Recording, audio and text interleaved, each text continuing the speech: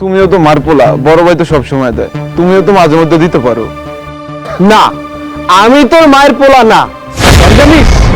কারণ যদি আমি তোর মায়ের পোলা হইতাম না, মা আমারও কিছু টাকা পয়সা দিত।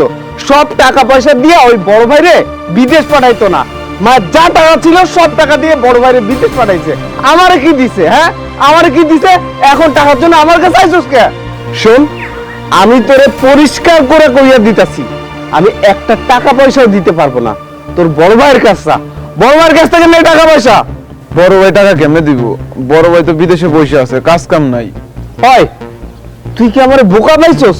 হ্যাঁ, আমি বুঝি না। বিদেশে যদি কোনো মানুষ থাকে, সে কি কাজ কাম না কইরা থাকে? ভাবি মায়ের একটা বুঝ দিছে, আর মা সেইটা বুঝতে নিছে। আমি কেমনে কম ভাই? ভাবি মারে কইলো ভাই নাকি কোনো কাজ কাম নাই, বিদেশে বসে বসে খায়, ভাবি টাকা পাঠায়, ওইটা দিয়া চলে। হয় শোন, ভাবি না মায়ের লাগে বাটপারি করছে, তুই একটু ভালো করে খোঁজ নিয়ে দেখ। ভাই ঠিকই বিদেশে কাম করতেছে, কিন্তু তোগরে ভুলভাল বুঝাইতেছে, তোগরে টাকা দেবে না এই জন্য।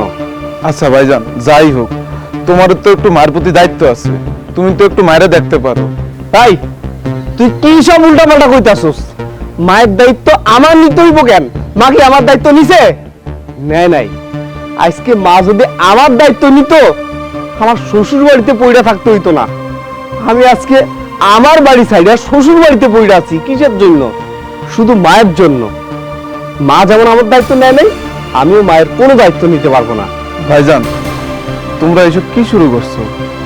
ভাইজানও বিদেশ থাকে, কাজ কাম নাই, টাকা পয়সা দিতে পারে না, তুমি থাকো শ্বশুর বাড়িতে, কেমনি কি হইব?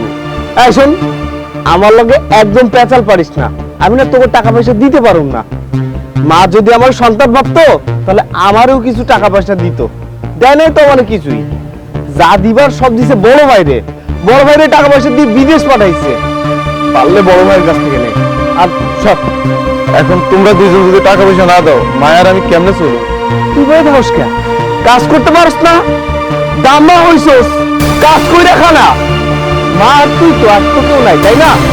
মা আর তুই মিলে কাম করে খাইতে পারবি। যা কাম কর, যা। আইসো ভাড়া নিতে।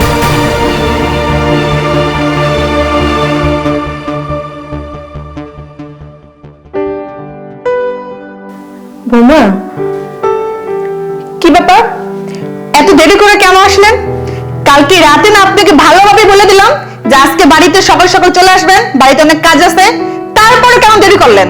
না বৌমা, সকালে ঘুমে থেকে একটু বাসার ব্যাপারে গেছিলাম তো, তাই দেরি হয়ে গেছে। কেন কেন আপনার বাসার বাড়িতে গেলেন?